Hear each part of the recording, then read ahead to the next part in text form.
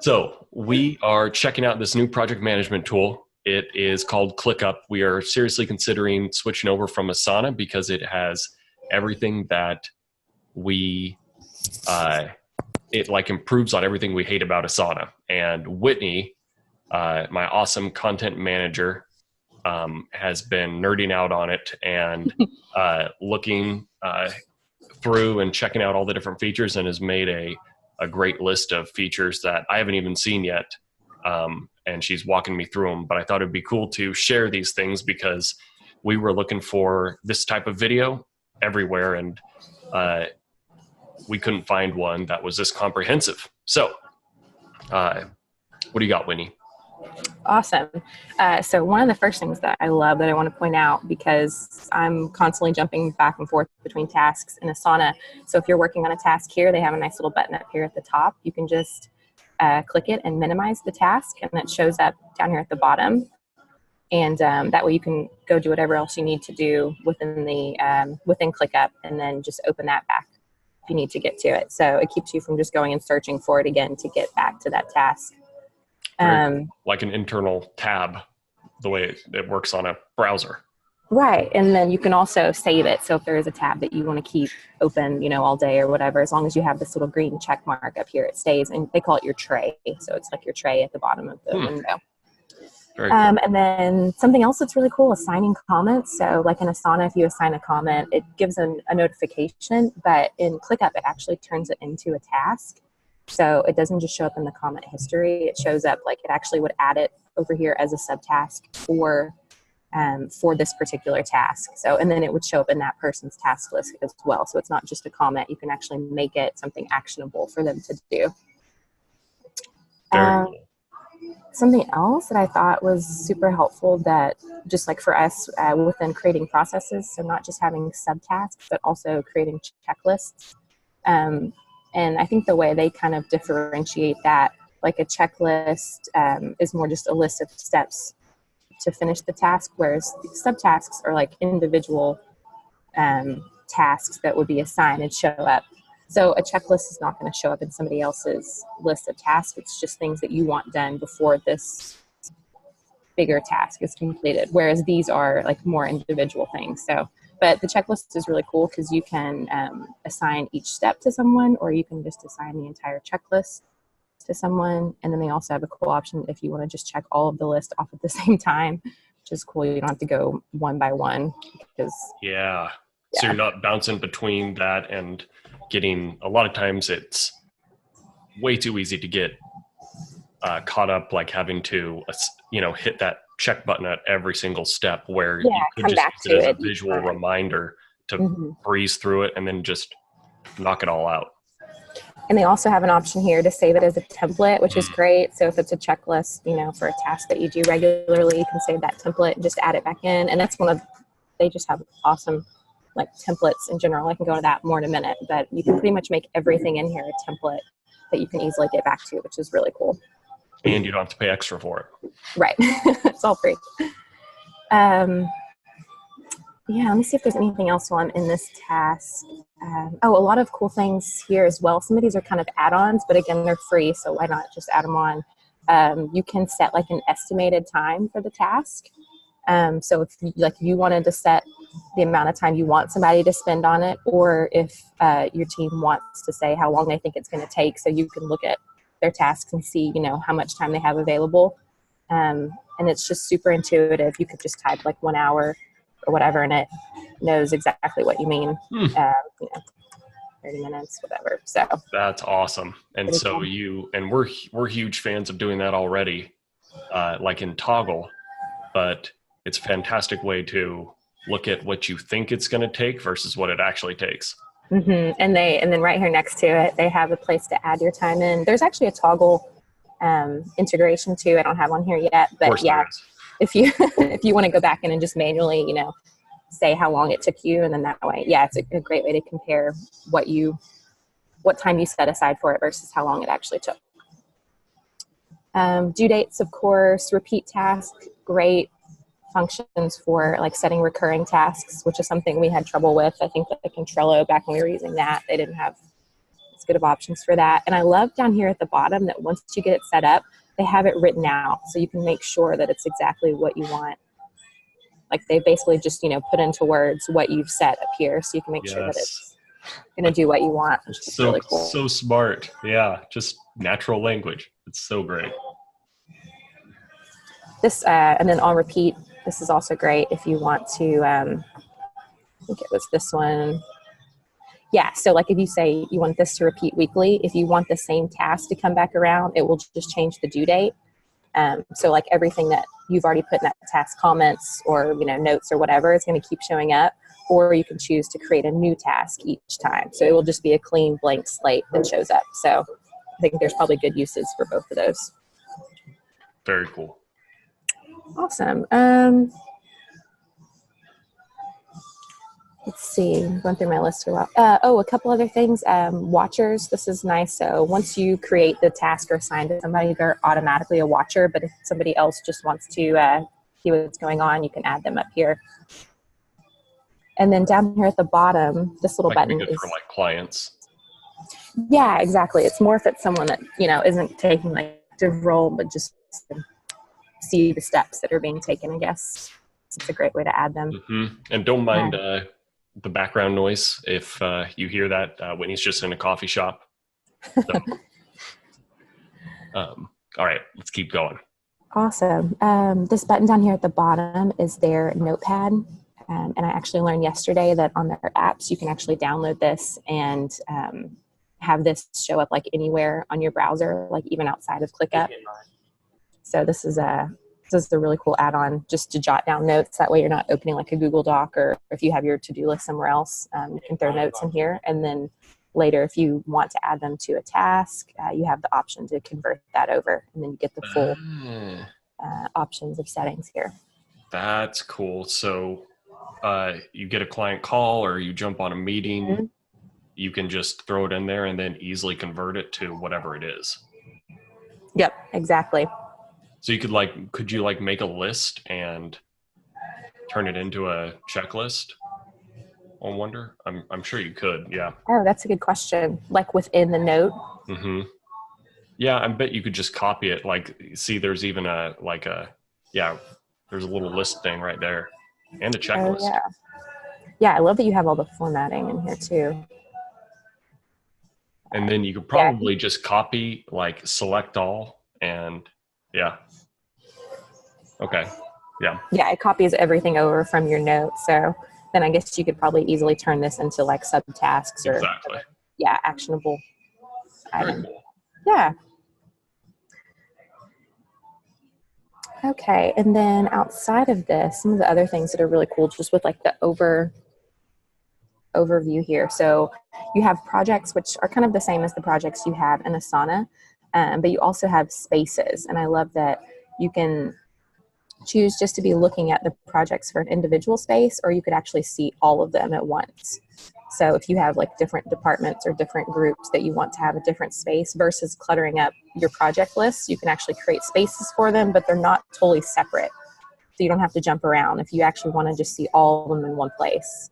So give me an example of really how helpful. that would actually look. Would a space be clients, separate clients, or? So maybe one space would be just content for the client, and another space would be your internal tasks, and then another space might be or even having just a personal one with your to-do list that you need to do, and it would still be personal to you, but you could still click all and see all of those tasks in one place. So you're not jumping around to each one. Customized views. Mm-hmm. That you could easily sort. Very cool. Which brings me to something else that's really cool. They have a place over here where you can filter tasks. And let me see if I can get the notepad off of here. There we go. You can filter tasks by pretty much anything you want to here. Who it's created by, who it's assigned to. You can save those filters, which is awesome. But to take it even a step further, they have a section over here where you can create favorites, and you can actually go into a list. And so let's say we're doing a board view, and we have something over here that we've moved, and we want to see it like exactly like this. For whatever reason, we want to see it these exact same places in this exact same order. You can not just save the filter, but it's actually going to save like all of your sorting options. It's going to save this exactly for you when you add it in a favorite, and it'll always bring you exactly back to this page. So let me jump back over here and see if I can show that a little better.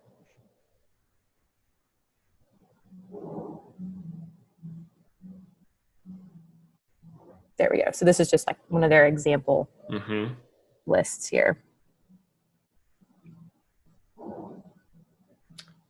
So let's say I have it sorted by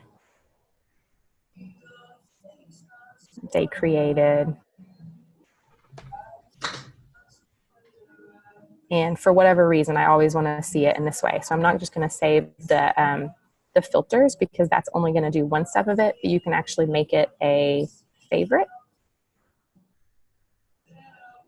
If I can figure out where to save it as a favorite. And then it's going to like bring you back to that exactly. Which is it the little save button next to the cog on the right? No, that's saved. No, there's a favorite.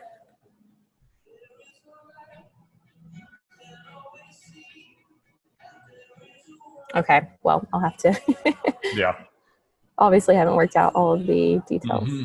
It's been a day. But yeah, one day of geeking out over it. Awesome. Interesting. Okay. Yeah, so that, yeah, I think there's definitely some uses for that to get back to, seeing that exact view. Yeah, we have a lot of different ways that we are slicing and dicing, like different clients, their content, their consulting, their the different types of things that we're creating. So that would be super helpful. And then one of the things, of course, that we love is just, I was doing it a second ago, being able to jump between this list view for people who like seeing it like that and the board view. It's super seamless, which you can't do in Asana. You have to choose up front which one you want.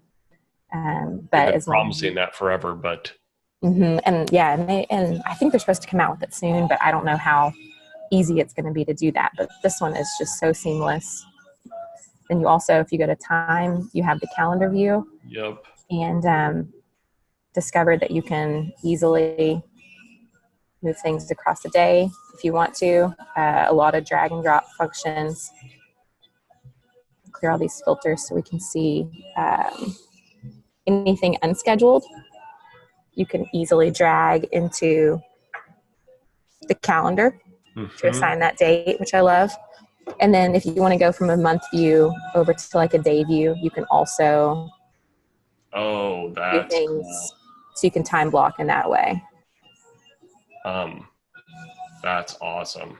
And yeah, because that's exactly how I do it with Google Calendar. But it would be so nice to be able just to drag those tasks right in. I love the 4-day view too. Yeah, a lot of options, daily, weekly, monthly. Yeah, I feel like some of that's not available in Asana right now, just to move those around where you want them. And I also just love having this list of unscheduled tasks over here. You can see everything that doesn't have a due date yet, so that you can easily assign that where it needs to be. So. And you can get the Gantt chart in Pro, which is $5 a month per person. Amazing. It's awesome. And one other thing I forgot to mention here earlier, they do have a real-time view. So if someone else was on this task at the same time and typing a comment, it's going to show you that they're on there. So you actually know that someone else is looking at this task. Do the slash bar for commands. I thought that was really cool. Yeah. So anywhere in here, you can start with a slash, and I'm pretty sure, and like it brings up this whole command center, right? Yeah, exactly. Just do the slash, and then you have all these options. So you're not. I think they said their goal was just to minimize clicks as much as possible. So anything. So you can start typing, or choose from this list if you don't know what you want to assign, or setting priorities. And then once you do that, then you can just click and choose from it. You can actually do a label or an action, because you could do close and close it as well. Huh. Interesting. Yeah, and then that changed it to closed up here. Oh, and that actually prompted one other really cool feature that I added on here. So you can set these little warnings. And if you go to close the task before all of the checklist items or subtasks are completed, it's going to give you this pop up and say, are you sure you want to resolve it even though all those subtasks aren't finished yet? So, and that's just an option. If you don't want that, you don't have to have that on there. So. And then one other thing, I think this is the last one I had because I know that we always want to like set our notifications. They have super detailed notification options. If you don't want an email all the time telling you stuff, they've broken it down like one by one, everything, whether you want it or not. And you can go through here and check if you want email, a pop up when you're in the browser. Wow. Even down to the minute of how long you want it to wait before it sends you an email about something. So, and it's actually easy to find, and it's actually clear. Oh, and one other thing, Joel, I think that you might like this box up here at the top, would show you, it organizes it by who things are assigned to. So you could see different members on our team, how many things they have assigned to them right now and what they're working on. And what's just recently been finished or, what's in progress. So if there were other people, this is obviously just my example, but, if there were other team members, it would show all of their tasks right here as well. Very cool. And then check out, go to the little goals thing. It's kind of cool. So it's setting a goal, and it's like a big thing. Like instead of having all these different projects, I mean, it's like setting quarterly goals like we do at the beginning of every quarter, and then you can break them down by, piece, but everything actually points to this is what we're working towards. So that's kind of cool. And I haven't done much with this, but I believe you can set different ways that you want to measure it, right? So it could be how many tasks are completed or the amount of time it takes to complete them. There are different ways it allows you to measure them, which is pretty cool. Very cool. And then this reporting, I haven't gotten too into that, but that's kind of cool too. Like you can see team members and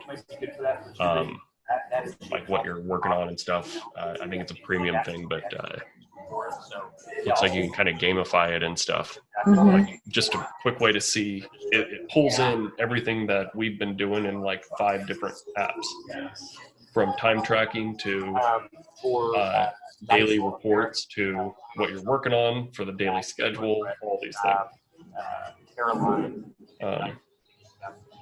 So awesome. Anything else? Awesome. That's all I've got for now. I'm sure I'll find more. That was awesome. Appreciate it, Whitney. Yeah, no problem.